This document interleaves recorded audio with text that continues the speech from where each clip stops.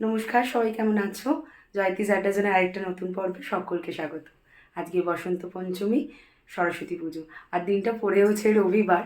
তো তার জন্য আমার একটু সুবিধাই হয়েছে, কারণ রবিবার দিনটা ছুটিই থাকে। তো আজকে ভাবলাম যে সরস্বতী পুজো তো প্রত্যেকবার অফিসেই কেটে যায়, তো আজকে ভাবলাম যে একটু ভালো করে সেলিব্রেট করতে পারবো। তো সিটি বাজছে অন্যর বাড়িতে, যাই হোক। তো আজকে ভাবলাম যে একটুখানি সরস্বতী পুজো যখন, তো খিচুড়ি প্রত্যেকবারই করি, তাই জন্য এবারে করবো হচ্ছে একটু বাসন্তী পোলাও। আর বাসন্তী পোলাওটা আমি গোপালকে ভোগ দেবো, তাই জন্য সকাল সকাল রেডি হয়ে গেছি স্নান টান করে। তো আর আজকে আমার বড়দিও আসবে, হ্যাঁ আজকে আমার বড়দিও আসবে, ওর সাথে একটু ভ্যালেন্টাইন্স ডে বলে কথা, আজকে একটু ঘুরতে বেরোবো। জানি না কোথায় যাব, দেখি। কিন্তু আসল উদ্দেশ্যটা হচ্ছে শাড়ি পরে সাজুগুজু করে বেরোনো। সো রেডি হয়ে গেছি, রান্নাটা করবো আর ঝটপট করে খেয়ে দিয়ে বেরিয়ে যাবো। চলো, দেখা হচ্ছে। না বাবা, আমি এত সাজগোজ করে মুঠো ভোগ রান্না করিনি। আগে ভোগ রান্না করেছি, তারপরে রেডি হয়ে ভোগ দিয়েছি গোপালকে। তো আমি গোপাল বলে বলে অভ্যাস হয়ে গেছে আমার, কিন্তু আমার বাড়িতে গোপাল নেই। আমার বাড়িতে আমি আগের বছর জন্মাষ্টমীর দিন রাধাকৃষ্ণ স্থাপন করেছি। যেহেতু আমি গোপালকে খুবই ভালোবাসি, গোপাল রাধাকৃষ্ণ কোনোটাই আলাদা নয়।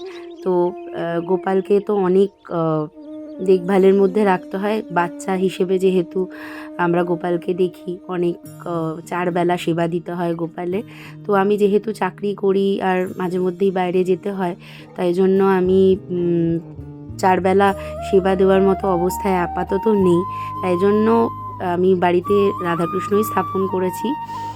কৃষ্ণ যেহেতু বড়, আমার কাছে এই মতেই আমি রাধাকৃষ্ণ স্থাপন করেছি, যে কৃষ্ণ যেহেতু বড়, তাই জন্য হয়তো আমার অবস্থাটা বুঝবে। যাই হোক, পনির পোলাও রান্না করেছি আজকে, গোপালকে দেব, তারপরে খাবো আমরাও গোপালের প্রসাদ খেয়ে, তারপরে দুপুরবেলার খাবার খাবো। তো কেমন হয়েছে রান্নাটা আমি নিজেও জানি না, তবে ভোগ আমি যতবারই রান্না করেছি কি জানি নিজের অজান্তেই ভোগ খুব সুন্দর হয়। হয়তো রেগুলার যা রান্না করি, রেগুলার যদি আমাদের খাওয়ার জন্য পোলাও করি, এত সুন্দর হয় না। কিন্তু গোপালের জন্য যখনই রান্না করি মন থেকে, তখন রান্নাটা ভালোই হয়, নুন মিষ্টি সব কিছুই যেন একদম পারফেক্ট। এবার গোপালকে ভোগও লাগিয়ে দিয়েছি, রাধাকৃষ্ণকে কি সুন্দর লাগছে না একসাথে, দেখো। আর তুলসী পাতা দিয়ে দিলাম। মামুন বলেছেন যে তুলসী পাতা না দিলে ভগবানকে ভোগ দেওয়া সম্পন্ন হয় না, তাই দিয়ে দিলাম।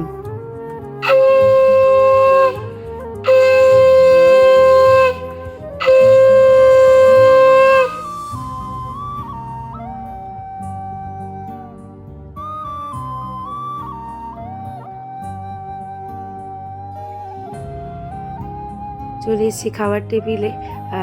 এটা তো দেখালামই। আর এই হচ্ছে আমার হাতে বানানো সাদা আলুর দম, একটু ঝাল ঝাল করে করেছিলাম। এটা গোপালকে ভোগ দিইনি, কারণ ও তো ঝাল খেতে পারে না, তাই। তো দিদি অলরেডি চলে এসেছিল, তো দিদিকে তাই খেতে দিয়ে দিলাম। দিদি কীরকম হয়েছে রে? সত্যি বলছিস নাকি ভিডিও করছি বলে বলছিস? না, মানে একে তো হচ্ছে যে মানে এরকম বেড়ে খেতে দেওয়া, রোজ নিজে খেতে হয়, তার উপরে মানে আমার ফেভারিট খাবার।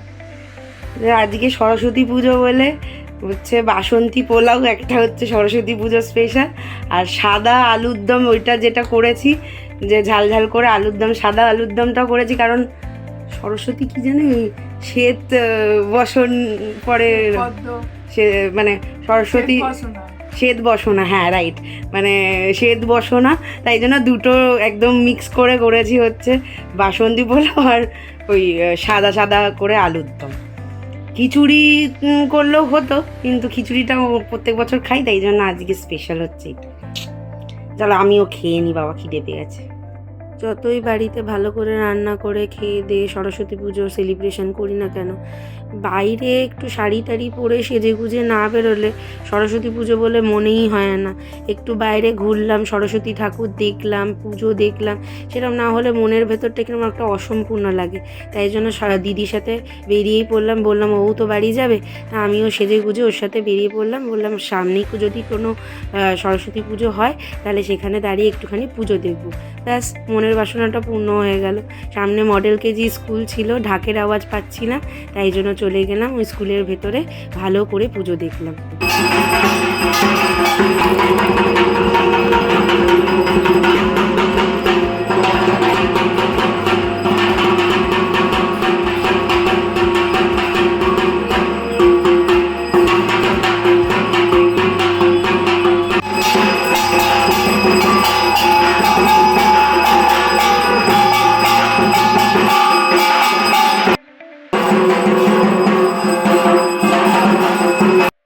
কি কাণ্ড দেখেছেন, সত্যি সরস্বতী মায়ের কৃপাই বলতে হবে।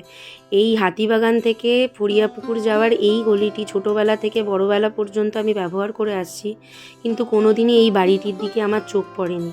আজকে হঠাৎই এই ফলকটি আমার নজর কাড়লো। আমি দেখলাম যে এই বাড়িতে স্বর্গীয় বীরেন্দ্রকৃষ্ণ ভদ্র মহাশয়, এত প্রতিভাশালী শিল্পী একজন, তিনি আজীবন এই বাড়িতেই বসবাস করেছেন।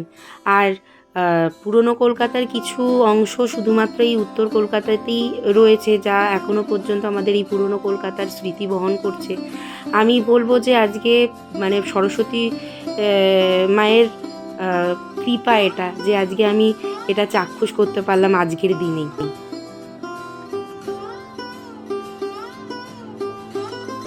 এরপর আর কি, আমি আর দিদি টো করে ঘুরে বেড়ালাম, যতগুলো ঠাকুর পেয়েছে দেখলাম, তারপরে পোজ দিয়ে ফটোও তুললাম, শাড়ি পরেছি বলে কথা, তারপর বাড়ি চলে এলাম।